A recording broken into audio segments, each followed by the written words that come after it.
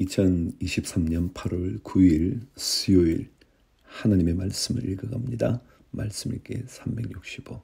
내일부터 태풍 영향권에 들어간다 하죠. 더 많은 피해가 없기를 기도합니다. 오늘 룻기 2장 시작합니다. 나오미의 남편 엘리멜렉의 친족으로 유력한 자가 있으니 그의 이름은 보아스더라.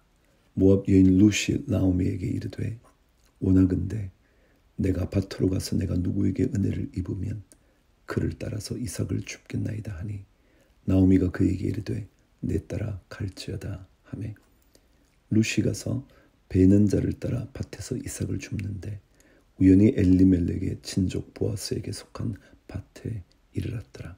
그 당시 가장 가난한 자들의 삶의 방편 중에 하나는 남아있는 이삭 추수하고 난 다음 남게 된 떨어진 이삭을 주어서 생계를 이어가는 것이었습니다. 그러니까 룻과 나오미의 삶이 얼마나 궁핍했는지 알 수 있죠. 그런데 그 이삭을 줍다가 엘리멜렉의 친족인 보아스의 밭에 이르게 됐어요. 오늘 성경은 우연히. 그런데 우연이라는 것은 없다고 끊임없이 강조하잖아요. 하나님의 계획 속에는 우연이라는 게 없죠.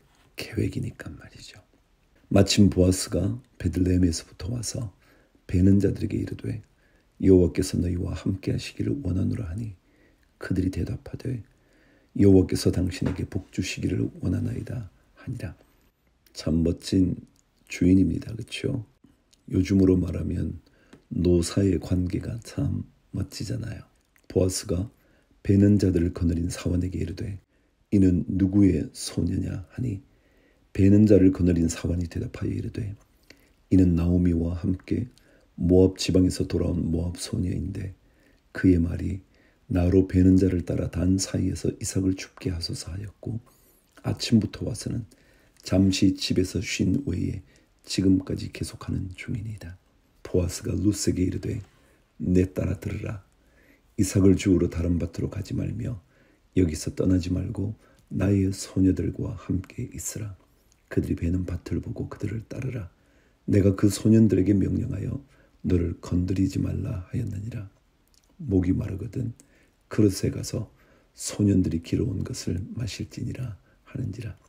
룻이 엎드려 얼굴을 땅에 대고 절하며 그에게 이르되 나는 이방 여인이거늘 당신이 어찌하여 내게 은혜를 베푸시며 나를 돌보시나이까 하니 보아스가 그에게 대답하여 이르되 내 남편이 죽은 후로 내가 시어머니에게 행한 모든 것과 내 부모와 고국을 떠나 전에 알지 못하던 백성에게로 온 일이 내게 분명히 알려졌느니라.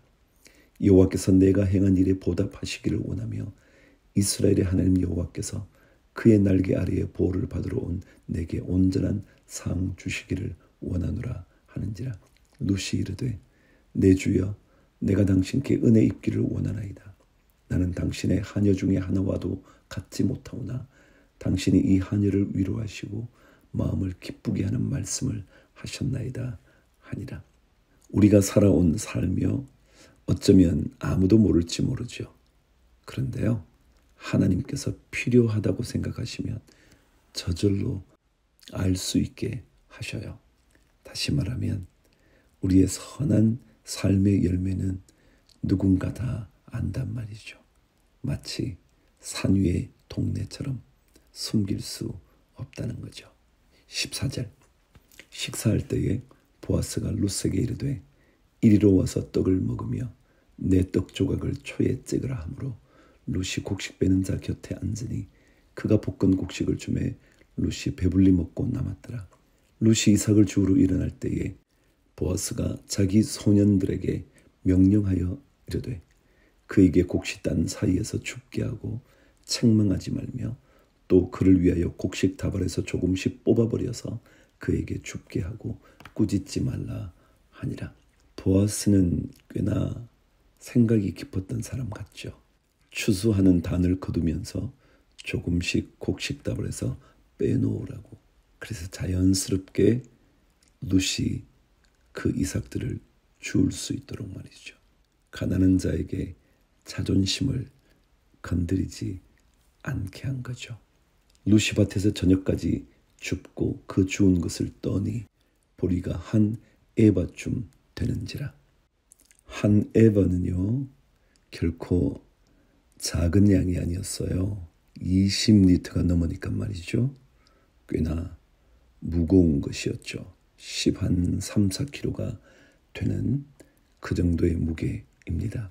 그러니까 넉넉하게 줍게 한 겁니다.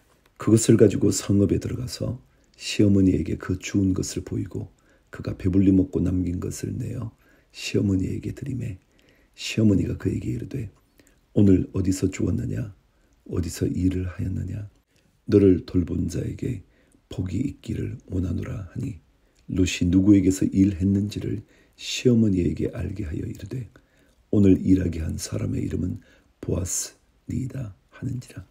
나오미가 자기 며느리에게 이르되 그가 여호와로부터 복받기를 원하노라.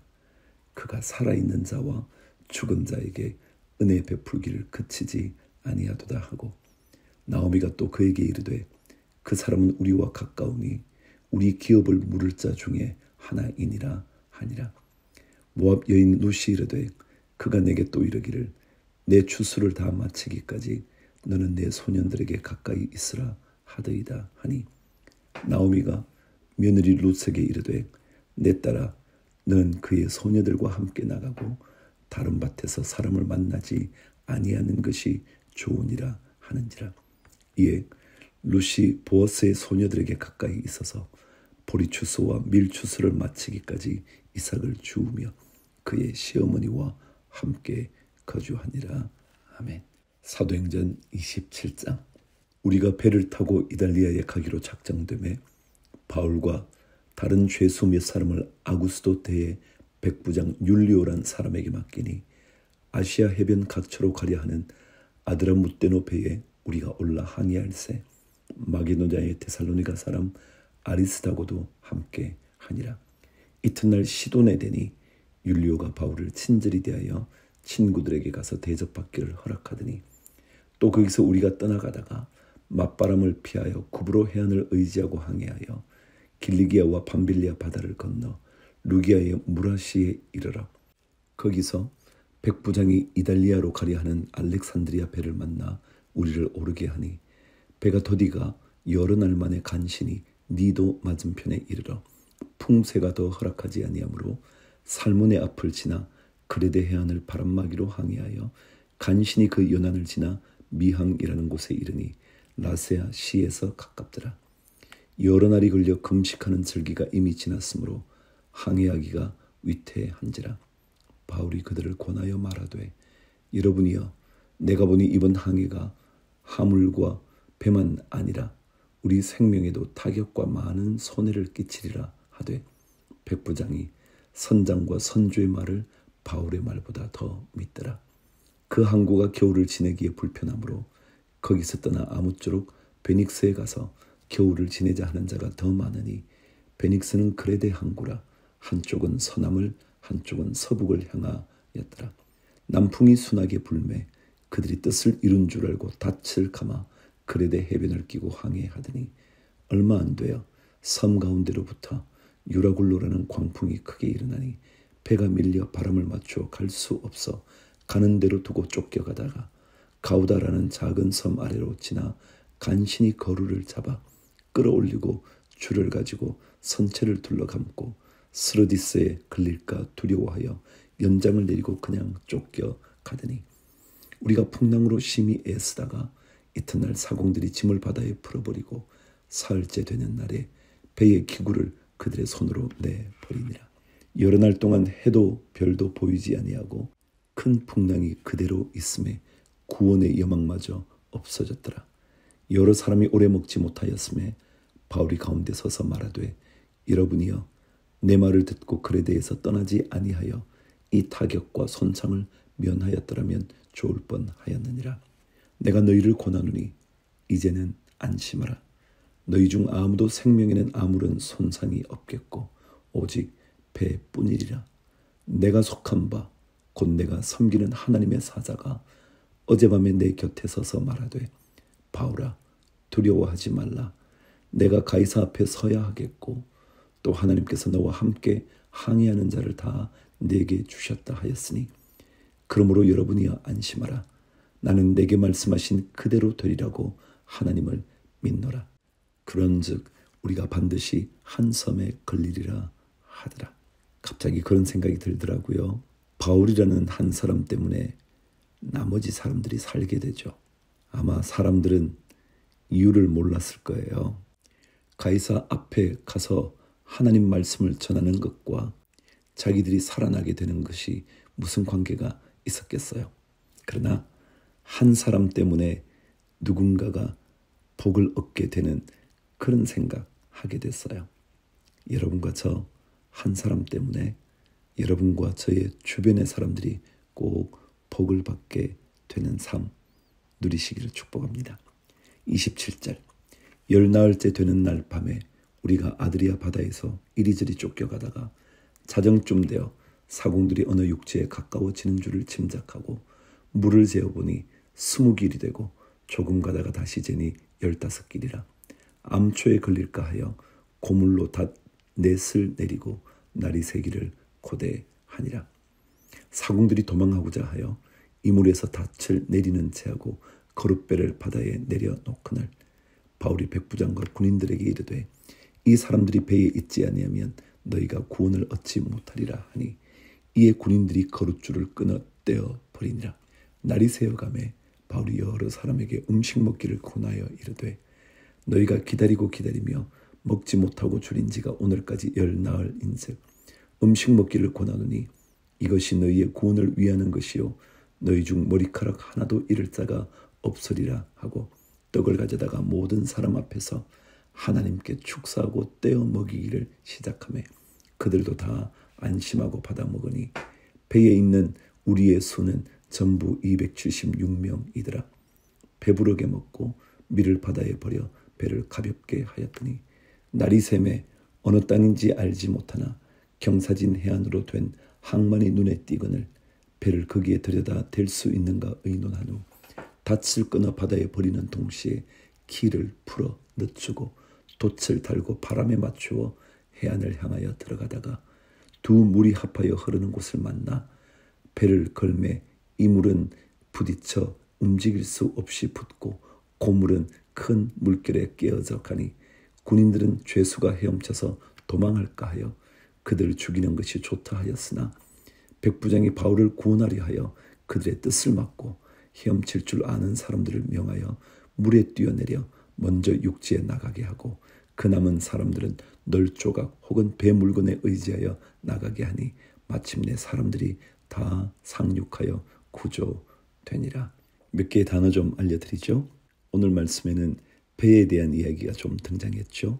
먼저 거룻배 얘기할까요? 거룻배는요, 배 안에 조그마한 구명정을 갖고 있었어요. 왜냐하면 배가 깨어졌을 때, 사고가 났을 때 생명을 건질 수 있게 말이죠. 그걸 구명정, 그 옛말을 거룻배라 말을 했어요.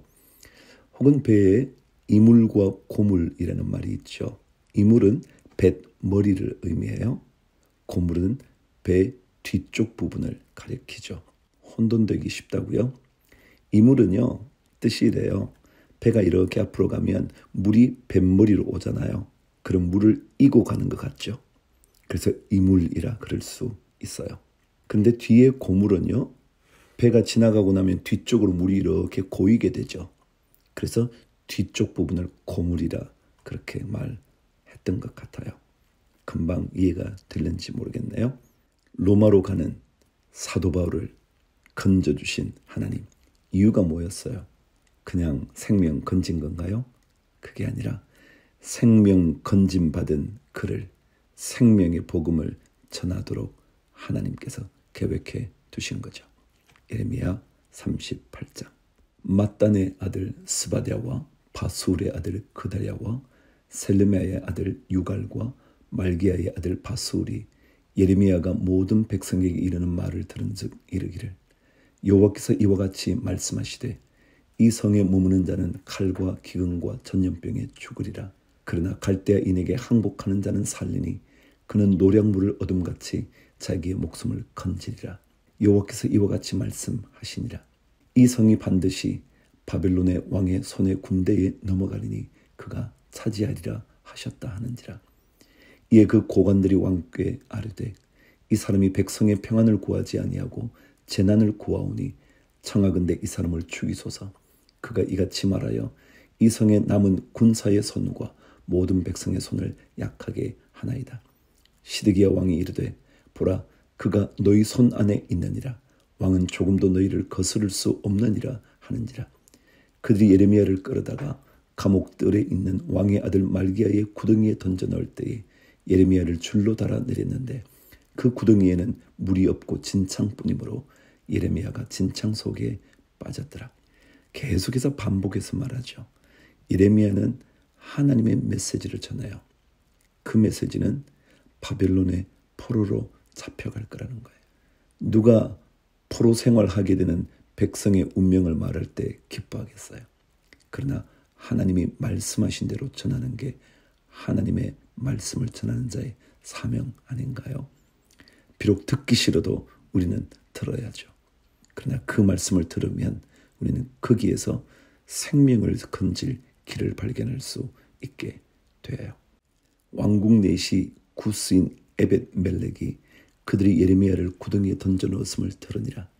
그때 왕이 베냐민 문에 앉았더니 에벳 멜렉이 왕궁에서 나와 왕께 아뢰어 이르되 내 주 왕이여 저 사람들이 선지자 예레미야에게 행한 모든 일은 악하니이다. 성중의 떡이 떨어졌거늘 그들이 그를 구덩이에 던져 넣었으니 그가 거기에서 굶어 죽으리이다 하니 왕이 구스 사람 에벳 멜렉에게 명령하여 이르되 너는 여기서 30명을 데리고 가서 선지자 예레미야가 죽기 전에 그를 구덩이에서 끌어내라.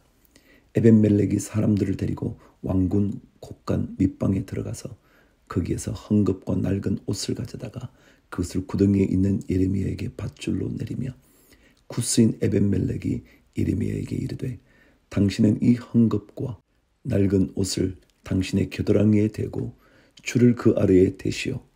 예레미야가 그대로 하매 그들이 줄로 예레미야를 구덩이에서 끌어낸지라.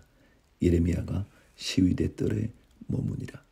시드기야 왕이 사람을 보내어 선지자 예레미야를 여호와의 성전 셋째 문으로 데려오게 하고 왕이 예레미야에게 이르되 내가 내게 한 가지 일을 물으리니 한마디도 내게 숨기지 말라. 예레미야가 시드기야에게 이르되 내가 이 일을 왕에게 아시게 하여도 왕이 결코 나를 죽이지 아니하시리이까?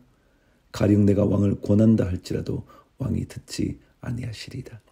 시드기야 왕이 비밀이 예레미야에게 맹세하여 이르되 우리에게 이 영혼을 지으신 여호와께서 살아계심을 두고 맹세하노니 내가 너를 죽이지도 아니하겠으며 내 생명을 찾는 그 사람들의 손에 넘기지도 아니하리라 하는지라.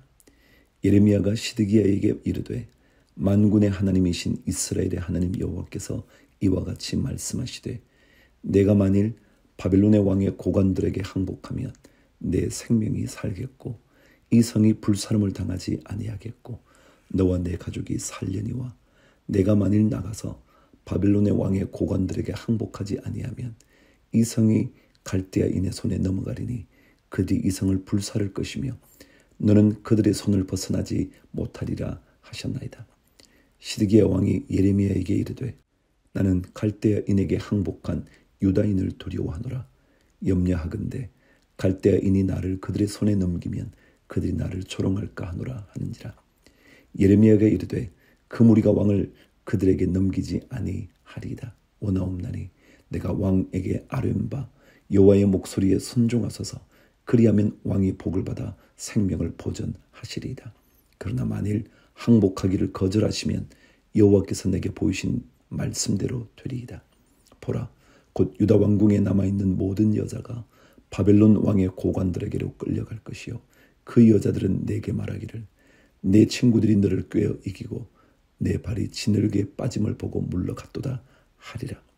내 아내들과 자녀는 갈대아인에게로 끌려가겠고 너는 그들의 손에서 벗어나지 못하고 바벨론 왕의 손에 잡히리라. 또 내가 이 성읍으로 불사름을 당하게 하리라 하셨나이다. 시드기야가 예레미야에게 이르되 너는 이 말을 어느 사람에게도 알리지 말라. 그리하면 내가 죽지 아니하리라.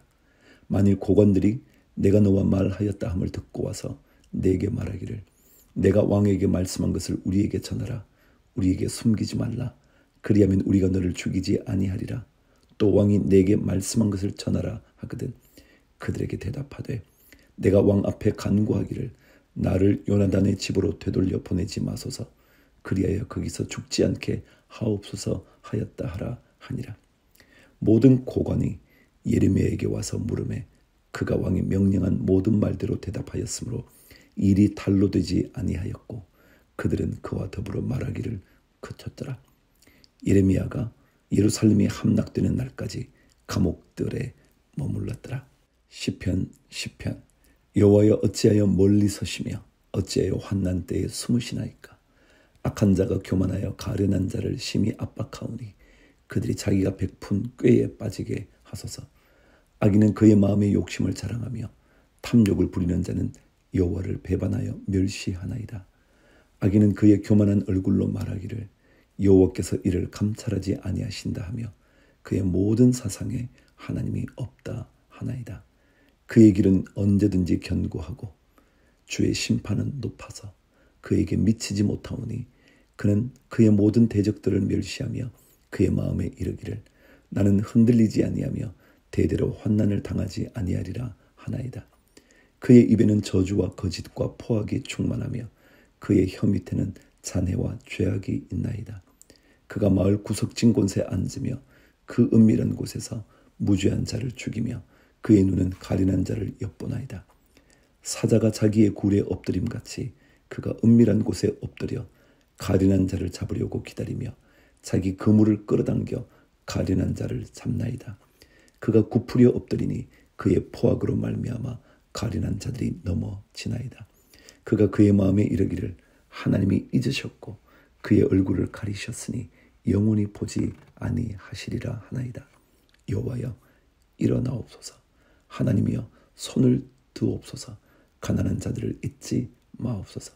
어찌하여 악인이 하나님을 멸시하여 그의 마음에 이르기를 주는 감찰하지 아니하리라 하나이까. 주께서는 보셨나이다.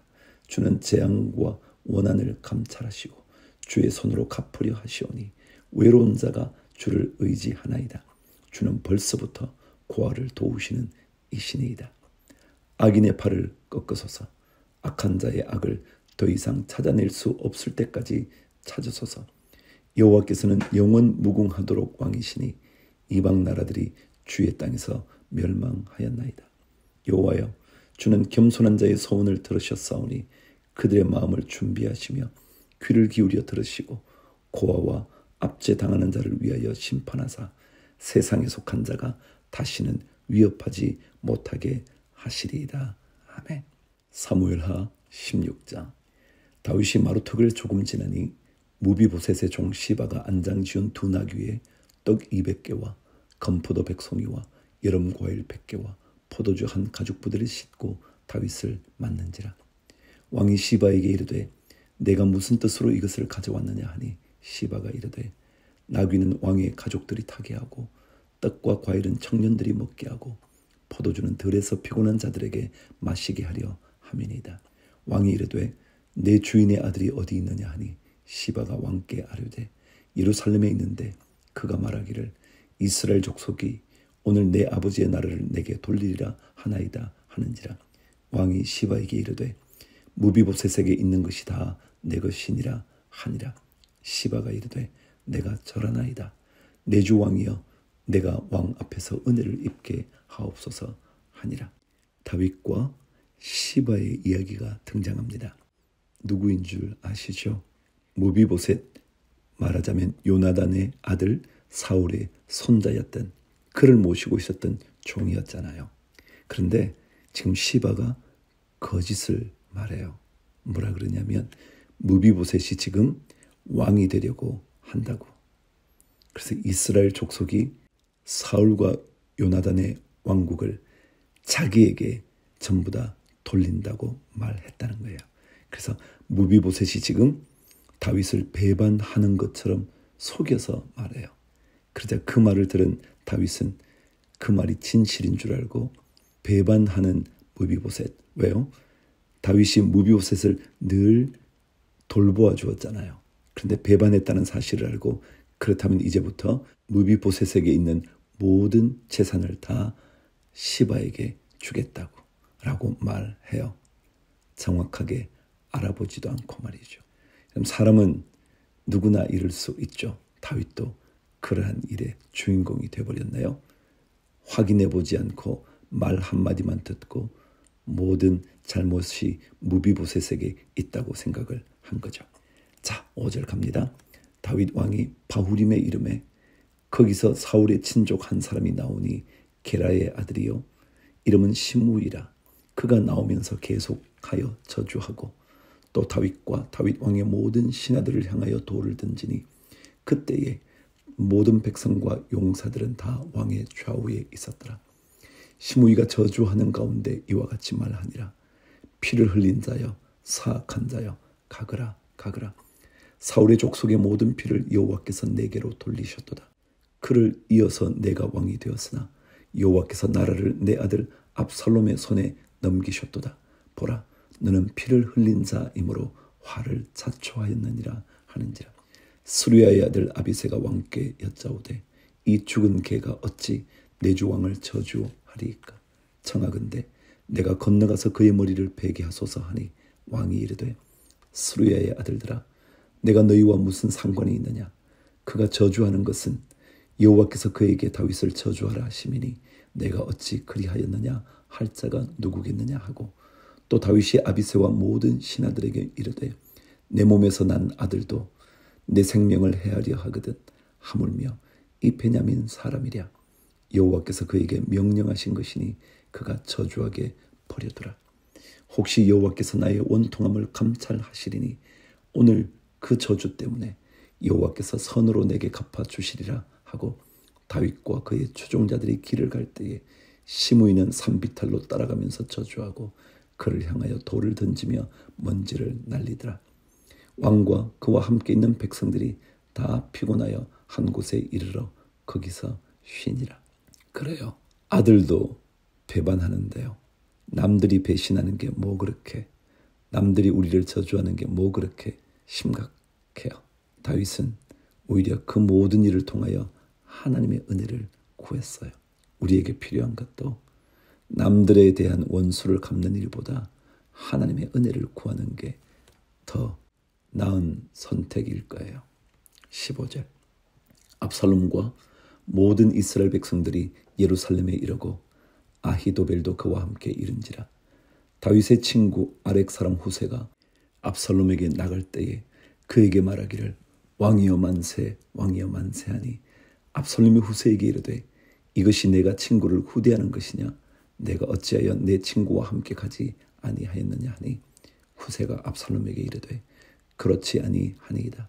내가 여호와와 이 백성 모든 이스라엘의 택한 자에게 속하여 그와 함께 있을 것이니이다. 또 내가 이제 누구를 섬기리이까. 그의 아들이 아니니이까. 내가 전에 왕의 아버지를 섬긴 것 같이 왕을 섬기리이다 하니라. 압살롬이 아히도벨에게 이르되 너는 어떻게 행할 계략을 우리에게 가르치라 하니 아히도벨이 압살롬에게 이르되 왕의 아버지가 남겨두어 왕궁을 지키게 한 후궁들과 더불어 동침하소서. 그리하면 왕께서 왕의 아버지가 미워하는 바 됨을 온 이스라엘이 들으리니 왕과 함께 있는 모든 사람의 힘이 더욱 강하여 지리이다 하니라. 이에 사람들이 압살롬을 위하여 옥상에 장막을 치니 압살롬이 온 이스라엘 무리의 눈앞에서 그 아버지의 후궁들과 더불어 동침하니라. 그때에 아히도벨이 베푸는 계략은 사람이 하나님께 물어서 받은 말씀과 같은 것이라. 아히도벨의 모든 계략은 다윗에게나 압살롬에게나 그와 같이 여겨졌더라. 저는 이런 말씀을 보면 신천지들의 전략이 생각이 나요. 신천지는 아마도 이런 말씀을 가지고 이것이 모략이라고 하나님이 주신 지혜라고 말하면서 그렇게 해야 한다고 말할지 모르겠네요. 근데 여러분 한번 생각해 보세요. 아히도벨의 이 말은요, 선한 방법이 아니잖아요. 그렇다면 이것은 압살롬이 옳지 않다고 말했었어야 해요. 그런데 그 말을 들어요. 말하자면 하나님이 계획을 해놓으신 거잖아요. 만일 압살롬이 그런 악한 일은 내가 행하지 않을 거야. 다윗은 하나님의 기름 부음 받은 사울의 목숨을 절대 건드리지 않잖아요. 압살롬도 아버지의 후궁들을 아들인 내가 감히 건드린다고? 라고 생각했어야 됐어요. 근데 그렇지 못했죠. 이런 계획은 만일 압살롬이 선택하지 않았다면 압살롬은 무너지지 않았을 거예요. 말하자면 신천지가 이런 모략이 맞다고 말한다는 것은 잘못된 거죠. 오늘도 하나님의 말씀에 선한 것들을 받아 누리는 여러분과 제가 되기를 축복합니다. 주를 위하여